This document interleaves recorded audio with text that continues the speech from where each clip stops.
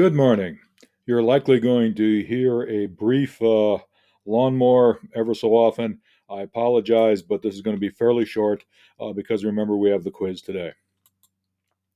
Quick reminder of what's coming up today in class. There'll be two presentations. Another reason why I'm being short. We start the measure versus measure discussion on the 14th, and we continue that through the 26th when Alfonso presents and we have another quiz.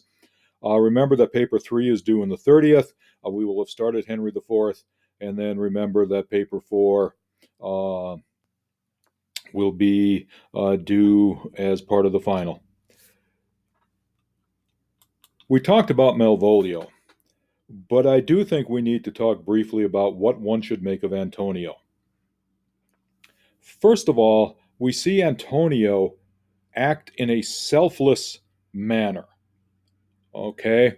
He knows that there are enemies at the court. He knows that he is wanted for crimes, and yet at the same time, he is going to follow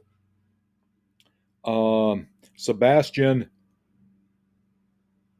because he thinks that he adores him so. I do adore thee so that danger shall seem sport, and I will go. And apparently this has been a 3-month thing. They've crash landed. We now have or not crash landed. They have had the shipwreck, and we now have this time frame of it's been 3 months when all of this is going on, and we have been together constantly for 3 months, and this has fallen into this deep, deep friendship. Okay, and again, we're going to have the argument about love versus loyalty in a minute. Then we have Sebastian, who also seems to feel the same way. The hours have racked and tortured him. And then all of a sudden we get this weird thing. How have you made division of yourself? An apple cleft in two is not more twin than these two creatures. Which is Sebastian? And that, I'm pretty sure, is his last speech in the play. And so we have this situation here where, first of all, is he acting out of loyalty or is he acting out of love? And I don't have this on the slide necessarily, but one of the things I think we should do is look at how fickle everybody else seems to be as opposed to how loyal Antonio is. At the same time, there is this question, and I suppose it's just part of the comedy, that he's so easily confused by Viola's disguise.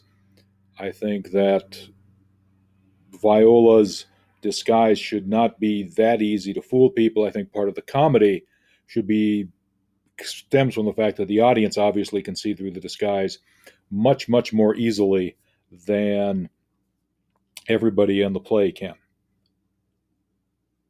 But the last thing I want to take a look at is why no happy ending. It seems to me that there are two characters who show loyalty and friendship throughout the play.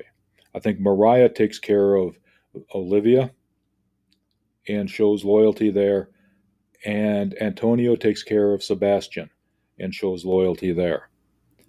And I guess we're going to assume that he's not going to be hanged, that he's not going to be killed as a pirate, that all of these happy endings are going to make everything work out. But it seems like he's just gone. He's going to walk off stage and he's going to go back alone, and there's nothing.